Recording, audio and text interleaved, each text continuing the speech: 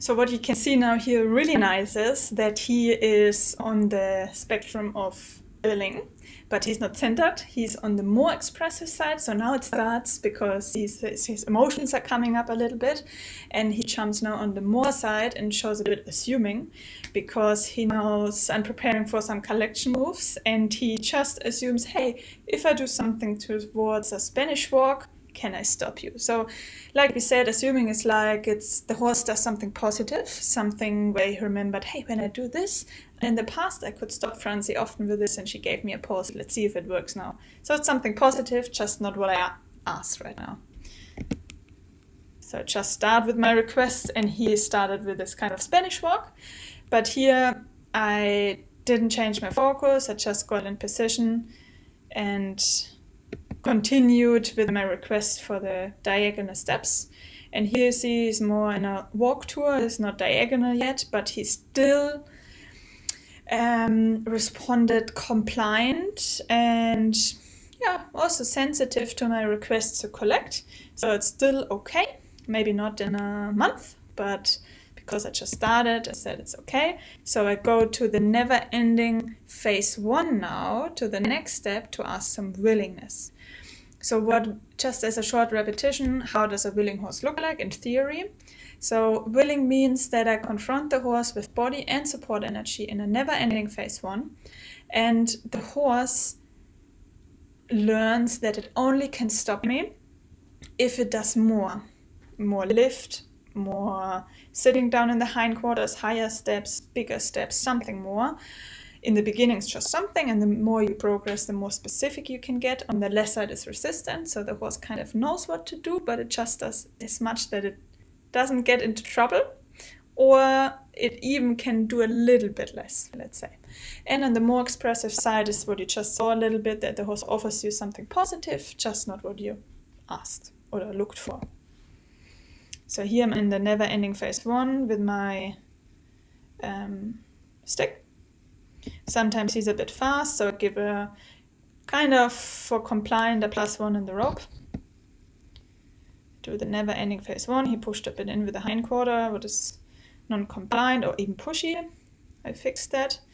And now he responds with a super nice attempt for levat. Go back again, show you in slow-mo. So he tucks his front feet beautifully. For Ludwig, it's a pretty good head-neck position, a little bit pushback, but still super good. And especially for warm blood, he sits down really, really good. So now, because that was so good, he was showing so much willing, I said, okay, he gets a pause for that. And like in this level, how he did it here is kind of one of his best, so I can say, hey, thank you so much, you showed me so much willingness, and I give you a pause for that. I know I was looking for diagonals, but right now I say the higher priority is that he shows me some willingness, and for this, thank you so much, you get a pause. Then I do the same again. The aim is diagonal steps, but let's see what happens.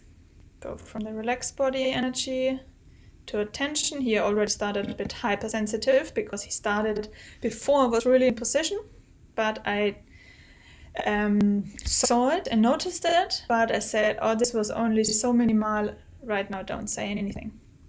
Then he started compliant, he started sensitive, and now he even starts again a bit assuming with a canter, really slow, where you could say, okay, danke, this is great, you get a pause. Now he says, okay, canter didn't work. What is if I go in a school halt? And also here you can see how much he pushes up. On his right front foot is only on the toe. His whole chest comes up, the wither comes up, he comes in a fantastic head-neck position.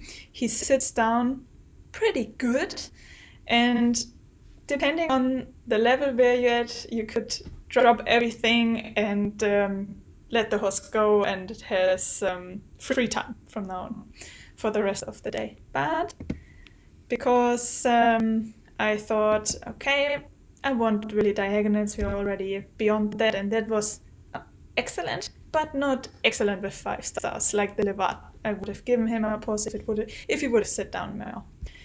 And also interesting, just to help you with your eyes, is seeing how much seal he puts in that, because you can see how he really starts to shake here. And then at the end he couldn't hold it anymore and pressed himself up towards the rearing. So for sure would not give him a pause for that. So go back to the never-ending phase 1. And just wait and see what he does. Again, if he would go on the less expressive side and would be more showing resistant, then short phase 2, for short phase 3, annoying phase 4 till he puts seal in, and then I go directly back to the phase 1 till never ending, till he shows me some willings. So a bit different than sensitive. So now he goes a bit higher in the frequent. You could stop here already. Now he comes even higher. I look for a little bit more still. Then he says, can I jump? Can I get a pause for that? No, was I get a little bit assuming again. Now it gets a bit crooked, so I fix him up for that. And you can see sometimes you have to be a bit patient for this, especially if you ask for a little bit more than last time.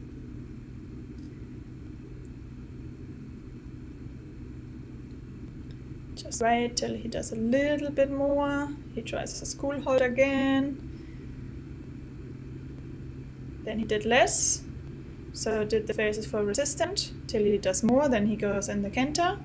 So go back to the phase 1, that's really important now, and wait till he really shows some whirling, like now, on my phase 1. So this was the big thing, because we talked about that before in another training video, that when you go through the phase and ask till he shows seal, of course he does more.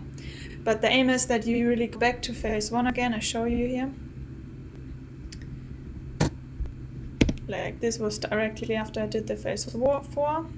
And now I'm back to phase 1, and now he gets more diagonal and pushes himself up towards the passage, and then he got the pause. So this was really much better than before.